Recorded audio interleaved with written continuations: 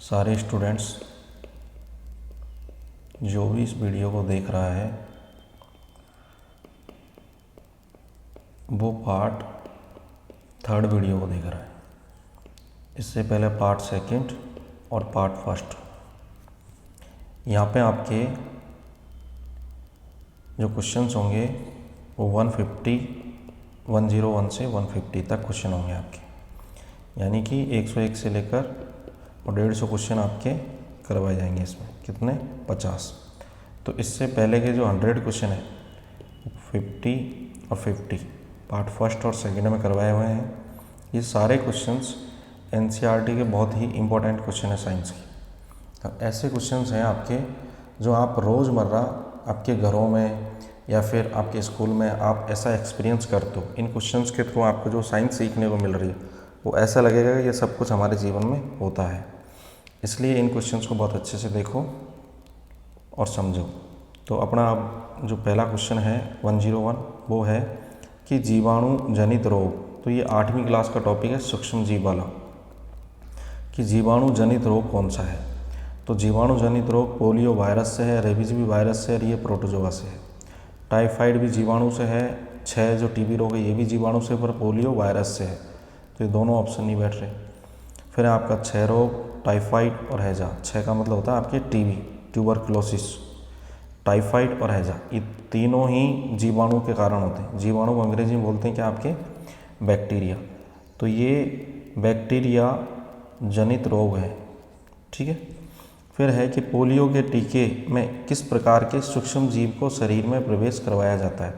जैसे अभी आप लोगों को कोरोना का टीका लगा है तो उस वैक्सीन के अंदर क्या है कि जो वायरस होता है उसी को कमज़ोर करके दिया जाता है। तो इसका राइट आंसर होगा आपके ए। दुर्बल क्या दिया गया आपके शरीर में सूक्ष्म जीव। मुंह में पिलाया जाने वाला टीका है पोलियो का ही टीका है जो आपको सीधे मुंह में पिलाया जाता है दवा के रूप में। शरीर संगठन स्तर का सही क्रम है। शरीर कैसे बनता है मानव का। तो सबसे पहले आपकी कोशिका, कोशिका से ऊतक और ऊतक से अंग और अंग से तंत्र और फिर शरीर। तो ऐसा ऑप्शन ढूंढो, कोशिका, ऊतक, अंग, तंत्र और शरीर। ये बिल्कुल सही है। तो राइट आंसर हो जाएगा इसका बे। दिए गए चित्र में आपको ABCD जो चित्र दे रखा है ये किसका चित्र है आपके उत्सर्जन तंत्र का चित्र है। ये 10वीं क्लास का टॉपिक है और आपके 9th क्लास में भी दे रखा है। तो उत्सर्जन तंत्र में ए है आपके क्या वृक्क, ये क्या है आपके वृक्क। फिर बी है आपके मूत्र वाहिनी और सी है आपके क्या मूत्राशय और डी क्या है आपके मूत्र मार्ग। तो राइट ऑप्शन क्या हो जाएगा आपके वृक्क, मूत्रवाहिनी, मूत्राशय और मूत्र मार्ग। यही इसका राइट ऑप्शन होगा। फिर है आपके कि कपड़े धोते समय साबुन से बने बुलबुलों में कमला को 7 रंग दिखाई दिए, इसका उपयुक्त कारण बताएं। तो देखो ये घटना वैसे तो वर्ण विक्षेपण में आती है, पर इसमें प्रकाश का अपवर्तन भी होगा और आंतरिक परावर्तन भी होगा और वर्ण विक्षेपण, ये प्रकाश का गुण है ये तीनों। तो ये उपयुक्त सभी, इसका द आंसर होगा। अग्निशामक यंत्र को बुझाने, यानी अग्निशामक यंत्र में बुझाने, यानी अग्नि को बुझाने के लिए अग्निशामक यंत्र है उसमें कौन सी गैस भरी जाती है कार्बन डाइऑक्साइड। श्वसन तंत्र के मॉडल, यानी कि रेस्पिरेशन सिस्टम है आपके फेफड़े। श्वसन तंत्र के मॉडल हेतु आप निम्न में से किन वस्तुओं का चयन करेंगे। तो प्लास्टिक की बोतल लेंगे, बिल्कुल लेंगे हम बोतल, प्लास्टिक की बोतल। इसको बना के बता देता हूँ जिससे आपको समझ में आ जाए। जैसे हमने ये प्लास्टिक की बोतल ली, बोतल में इस तरीके से हम देखते हैं ये हमारा ट्रेकिया हो गया, गले का भाग, और यहाँ हमारे। फिर इसके बाद में दूसरा है कि गुब्बारे लेंगे, बिल्कुल हम गुब्बारे लेंगे इस तरीके से। फिर बाई आकार की नली लेंगे, तो ये देखो ये बाई और एक खोखली नली इस तरीके से। तो तीनों चीज़ लेंगे हम, बाई आकार की नली भी लेंगे, गुब्बारे भी लेंगे और आपके प्लास्टिक की बोतल भी लेंगे। तो राइट आंसर हो गया इसका ए। तो ये आपको समझ में आ गया होगा। फिर है आपके कि विद्यार्थी के द्वारा श्वसन तंत्र के मॉडल को बनाने में फेफड़ों को दर्शाने के लिए उपयोग किया। तो अभी अभी हमने फेफड़े किससे दर्शाए हैं, गुब्बारे से। गुब्बारे फूलते हैं। हीरा पेंसिल की नोक एक जैसे होते हैं, इसका आशय क्या है। हीरा व पेंसिल की नोक एक समान तत्व किससे बने होते हैं, कार्बन से। ये राइट आंसर है। वह पदार्थ जो अधातु हैं और सबसे ज़्यादा कठोर है वो क्या है आपके हीरा है। एलईडी जो लाइट है उसकी फुल फॉर्म क्या है आपके लाइट एमिसिएट डायोड, ये नहीं है। लाइट एनर्जी डायोप्टर, ये नहीं है। लाइट एमिटिंग डायोड, ये राइट आंसर आपके ब। फिर है आपके कि निम्न में से सिंचाई का वह साधन जिसमें पानी का दुरुपयोग यानी पानी कम से कम खर्च होए, यानी पानी कम से कम खर्च होगा, वो होगा आपका ड्रिप सिस्टम, बूंद बूंद जो पानी जाता है। ये 8वीं क्लास के टॉपिक है, फर्स्ट चैप्टर के सिंचाई से ये क्वेश्चन है आपके फसल वाला। खरपतवार के द्वारा फसल को क्या हानि होती है? पोषक तत्वों की कमी होती है, प्रकाश की भी कमी होती है, जल की अपर्याप्त उपलब्धता होती है। तो राइट आंसर होगा द सभी। फिर है आपके कि मिट्टी को पोली करने का लाभ क्या है? सूक्ष्म जीवों की वृद्धि, बीजों के अंकुरण में सुगमता और जड़ों के द्वारा आसानी से श्वसन क्रिया। तो बिल्कुल इसके भी क्या है चारों आंसर है कि मिट्टी को पोली, जैसे हम क्या करते हैं खेत की जुताई करते हैं तो मिट्टी क्या हो जाती है पोली, जिससे आराम से जो हमारे फसल के काम वाले जो जीव जंतु वो अंदर चले जाते हैं, उनकी वृद्धि हो जाती है।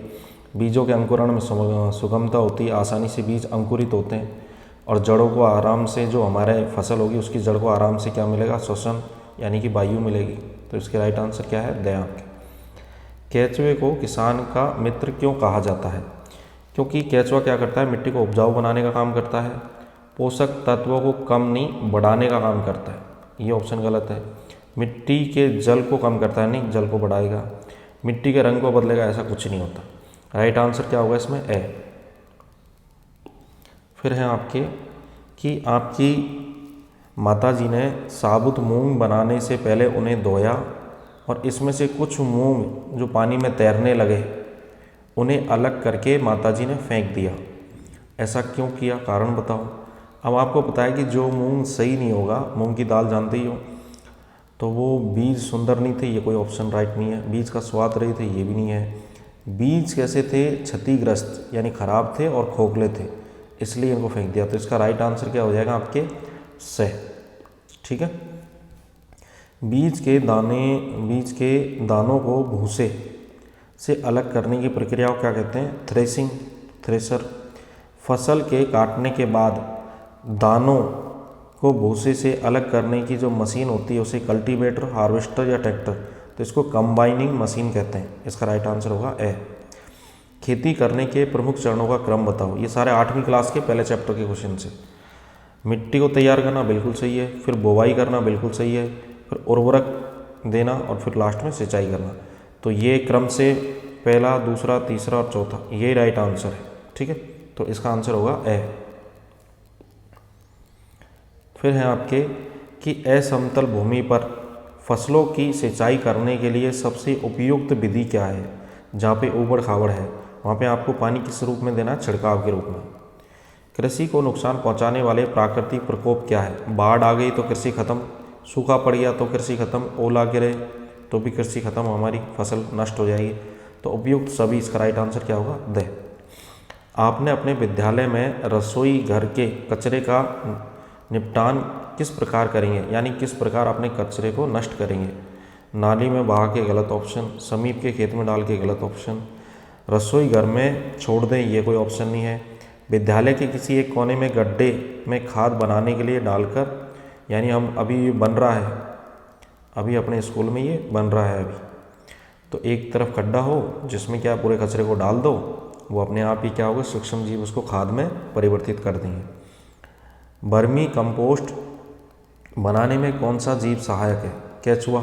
बर्मी कंपोस्ट क्या होता है? आपके खाद होता है।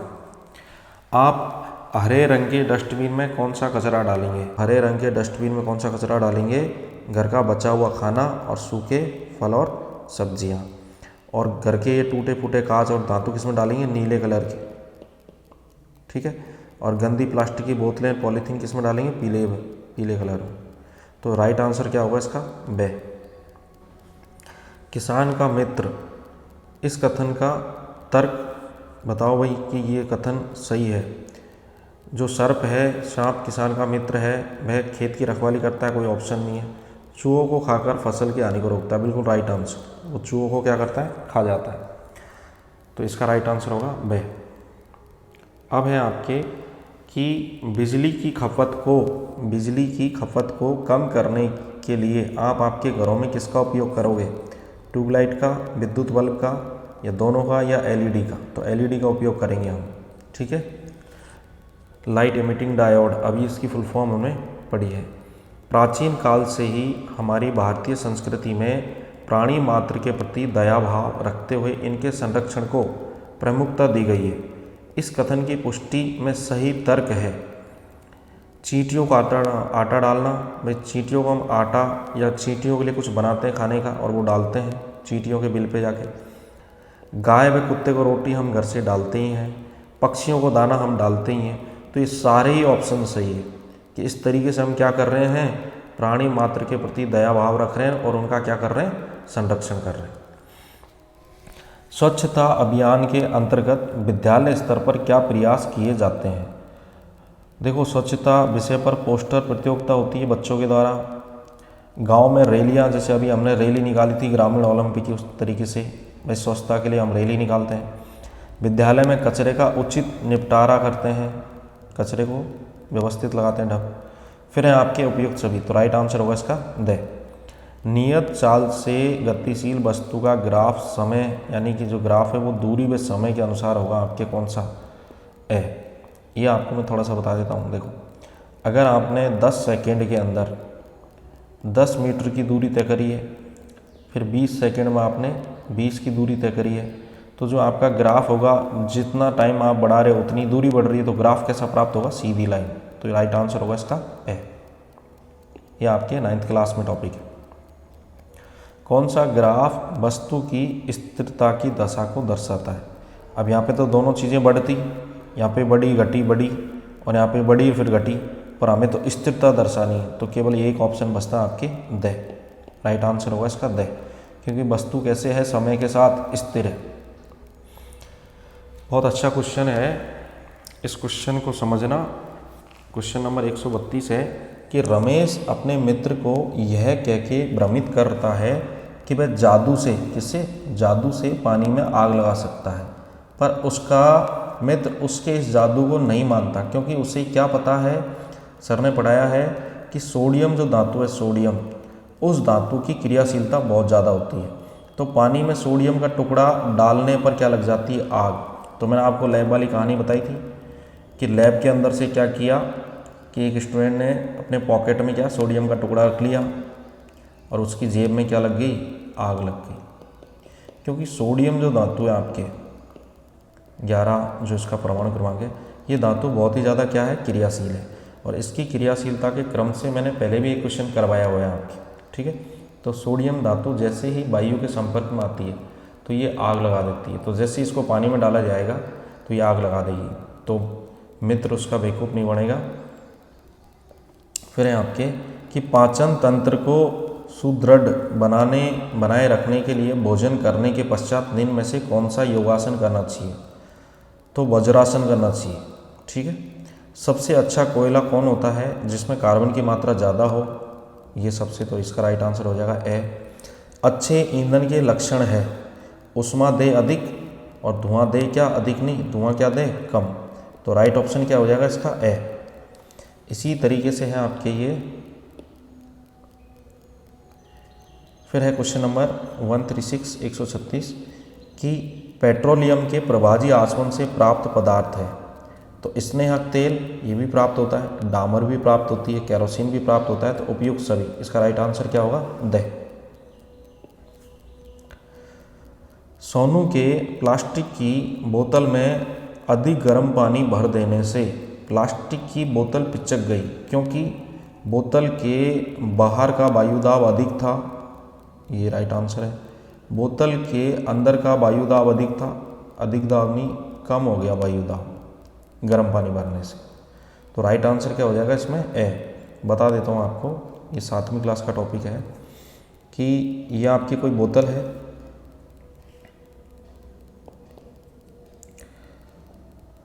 जैसे कि ये आपकी बोतल है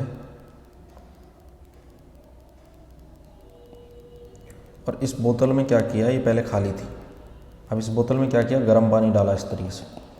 अब जैसे ही गर्म पानी डाला तो इसके अंदर की जो वायु थी वो बाहर निकल गई, गर्म हो गई।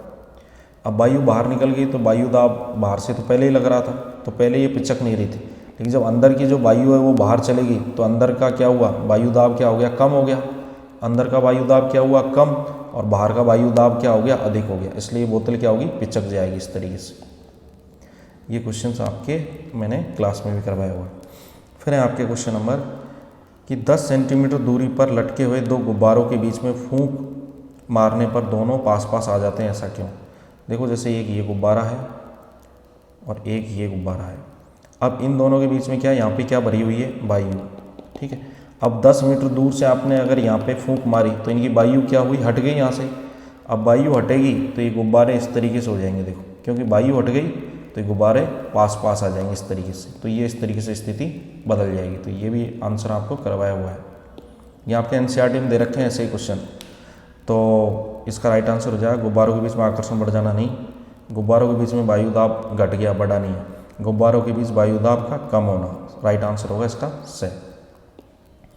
फिर है कि तेज़ हवाएं चलने पर कच्चे घरों के पतरे जो टीन होती है वो उड़ जाती है, इसका कारण क्या है, कि कमरे के अंदर की वायु दाब का अधिक होना, कमरे के अंदर वायु दाब कम होना, छत का कमज़ोर होना, या उपयुक्त में से कोई नहीं। तो कमरे के अंदर वायु बढ़ जाएगी जिससे वो बाहर की तरफ दाब लगाई। तो राइट आंसर इसका आपका क्या हो जाएगा, 139 का राइट आंसर क्या हो जाएगा आपके ए।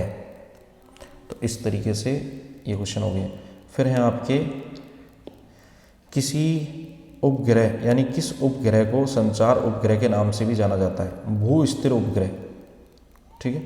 किसी रॉकेट को पृथ्वी से 11.2 किलोमीटर पर सेकेंड, यानी एक सेकंड में कितनी दूरी तय करेगा, 11.2 किलोमीटर के वेग से ऊपर की ओर प्रक्षेपित यानी कि भेजा जाए, जो रॉकेट किस दिशा में जाएगा, ठीक है। एक मिनट इस क्वेश्चन को दोबारा मैं पढ़ता हूँ वरना कन्फ्यूजन हो जाएगा। किसी रॉकेट को पृथ्वी से 11.2 किलोमीटर पर सेकंड से कम वेग पर, कम का मतलब इससे कम वेग पर अगर ऊपर की ओर भेजा जाए तो ये जाएगा नहीं, ये घूम के कहाँ जाएगा, पुनः पृथ्वी पे आ जाएगा। क्योंकि इतनी स्पीड से अगर कोई चीज़ फेंकोगे, इससे कम फेंकी है इसलिए पृथ्वी पे आएगा। अगर इतनी स्पीड से कोई चीज़ पृथ्वी से फेंकी ऊपर की ओर तो वो कहाँ चले जाएगा, अंतरिक्ष में चले जाएगा, ठीक है।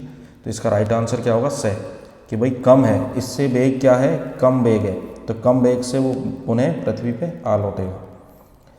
भारतीय अंतरिक्ष कार्यक्रम को प्रारंभ करने का श्रेय किससे दिया जाता है, विक्रम अम्बालाल साराभाई, ये पहले वैज्ञानिक थे हमारे। पृथ्वी को अपनी धुरी पर एक चक्कर लगाने में 24 घंटे का समय लगता है, निम्नलिखित में से किस उपग्रह का परिक्रमण काल इसके बराबर है, भू स्थिर उपग्रह का। कंप्यूटर के किस भाग की तुलना मानव के मस्तिष्क से करते हैं, CPU की। हरित क्रांति के प्रेरणा कौन थे, हरित क्रांति के जनक कौन थे, MS स्वामीनाथन, राइट आंसर है ए। रमेश को अपने परिवार का आधार कार्ड बनवाना है, आधार कार्ड बनवाना है तो किसके पास जाएगा, वो ई मित्र के पास। निम्न में से सोशल मीडिया एप्लीकेशन है आपके, तो व्हाट्सअप है, फेसबुक है, हाइक है, ट्विटर है, इंस्टा है, ये सब क्या है आपके। तो इसका राइट आंसर क्या हो जाएगा, ए और बे, दोनों ही हैं। डॉक्टर के द्वारा दूर स्थित रोगी की जांच के लिए उपयुक्त प्रणाली है, ये है टेली मेडिसिन। शीतल ने ठंडी हवा खाने के लिए पंखा चलाया, उपयुक्त प्रक्रिया में विद्युत ऊर्जा का रूपांतरण किस ऊर्जा में हुआ है, यांत्रिक ऊर्जा में, यंत्र चल गया। पंखा क्या है, यंत्र एक। रामू सर्दियों में नहाने के लिए धूप में पानी गर्म करता है, यानी धूप में रख देता है पानी भर के, तो वो किसकी बचत कर रहा है, ईंधन की, यानी लकड़ी नहीं जलाना चाहता और विद्युत खर्च नहीं करना चाहता, तो दोनों की बचत कर रहा है। तो राइट ऑप्शन क्या हो जाएगा, से, कि ए और वे दोनों की बचत कर रहा है। अब आपके यहाँ पे 150 क्वेश्चन हो गए, बाकी लास्ट के जो बच रहे हैं 151 से 200 तक, वो क्वेश्चन मैं आपके दूसरे वीडियोज़ में जो बचेगा लास्ट का पार्ट उसमें कराऊंगा। अब देखो सारे स्टूडेंट एक बात को समझ लो कि कुछ क्वेश्चंस तो कैसे हैं आपके फैक्ट वाले हैं, ये बात थोड़ी सी मैं आपको बता जाए कि जो कुछ क्वेश्चंस हैं वो कैसे हैं आपके फैक्चुअल क्वेश्चन हैं। देखो कुछ जो हमारे क्वेश्चंस हैं वो कैसे हैं आपके फैक्चुअल है, यानी आपको फैक्ट के द्वारा याद करना है। फैक्ट्स को हिंदी में कहते हैं तथ्य। यानी कि इन क्वेश्चंस में राइट आंसर ए बी सीधा याद करना है, जैसे कि याद करने वाले। और कुछ क्वेश्चंस को क्या है कि कुछ क्वेश्चंस होते हैं आपके कैसे एनालिटिक। अब एनालिटिक का मतलब होता है कि उनका विश्लेषण आपको करना पड़ता है। जब तक आप उनका विश्लेषण नहीं करोगे, समझोगे नहीं, तब तक वो याद नहीं होंगे। तो फैक्चुअल क्वेश्चन क्या है, जैसे कि इसमें मैंने करवाया भी है कि जैसे विटामिन से, तो विटामिन का जो नाम है, विटामिन ए का जो रासायनिक नाम है वो है आपके रेटिनॉल। तो ऐसे क्वेश्चन, अब इस विटामिन ए का रासायनिक नाम रेटिनॉल है तो इसको याद ही करना पड़ेगा। तो ये हुए फैक्चुअल क्वेश्चन। पर एक क्वेश्चन आया था आपके कि दो गुब्बारे हैं, एक गुब्बारा ये है और एक गुब्बारा ये है। अब इन दोनों के बीच में क्या हवा भरी हुई है इस तरीके से। अब इस अगर कोई 10 मीटर से 10 मीटर दूर से फूंक मारेगा तो ये हवा क्या होगी, हट जाएगी यहाँ से।